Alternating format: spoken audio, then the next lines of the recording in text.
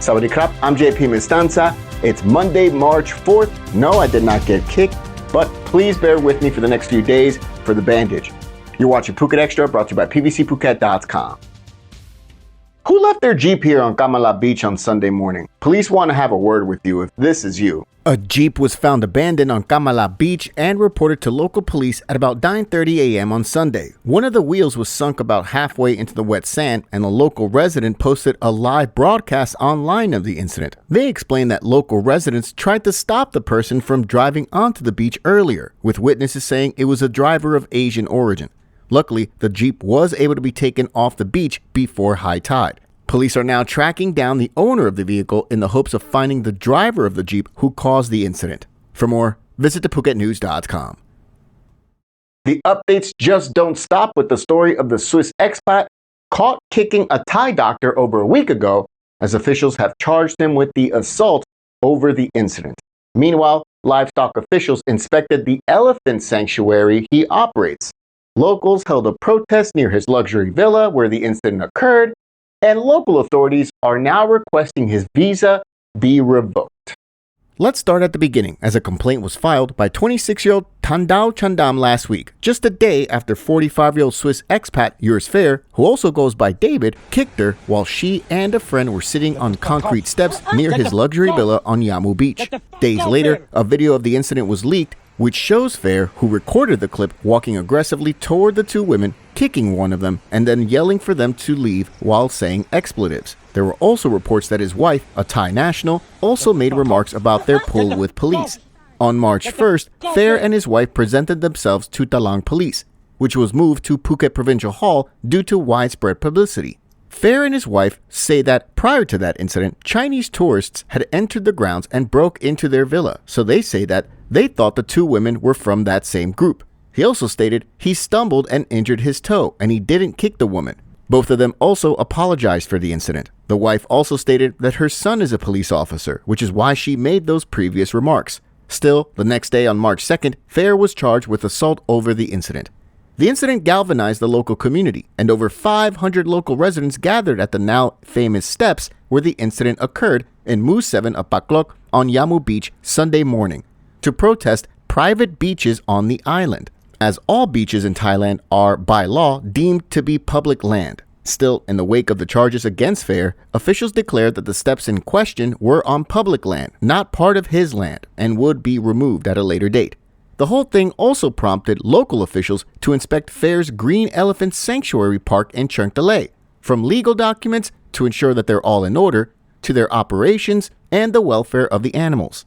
The park, which charged 1,000 baht entrance for children and 2,500 baht for adults, houses 14 elephants, all of which have been inspected and are healthy, registered, and strong, according to livestock and wildlife officials. However, the checks on their operations of the park are still ongoing.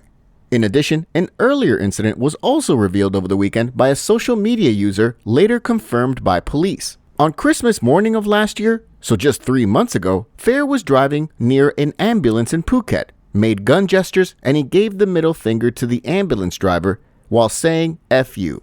A video of the incident was also posted online. That incident saw him present himself to Chungtalay police several times in the ensuing months, though as of press time, the matter is being coordinated along with Talang Police over this latest incident.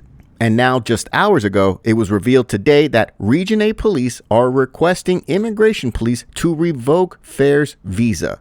Reports say his long-stay visa is up for renewal in less than 10 days, though authorities may not allow it for it to be extended. This story is ongoing, so for more, visit thephuket.news.com.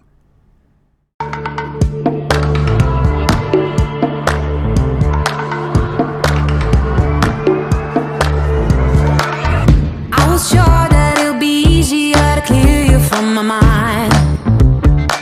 I wish you fall out from the window, take a bad trip to the ground. Ooh. And in the pleasure, see your pressure just before you break a bone. Two women were killed this morning when their motorbike was struck by an airline employee in Tambon Tep Kasatri early this morning. The accident took place at about 6:16 a.m. this morning in the Move 5 area of Tep Kasatri. Police say that the collision was captured on CCTV and shows a vehicle traveling at speed clearly.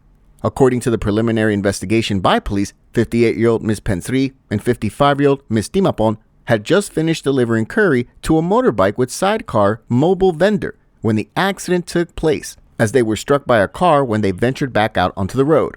That car was being driven by 31-year-old Shikako Tanaka, who lives in the area. When authorities arrived, they found the bodies of the two older women on the road with their motorbike nearby in a roadside drainage ditch. The driver of the vehicle that hit them, Ms. Tanaka, was still at the scene when police arrived in a state of shock, according to reports.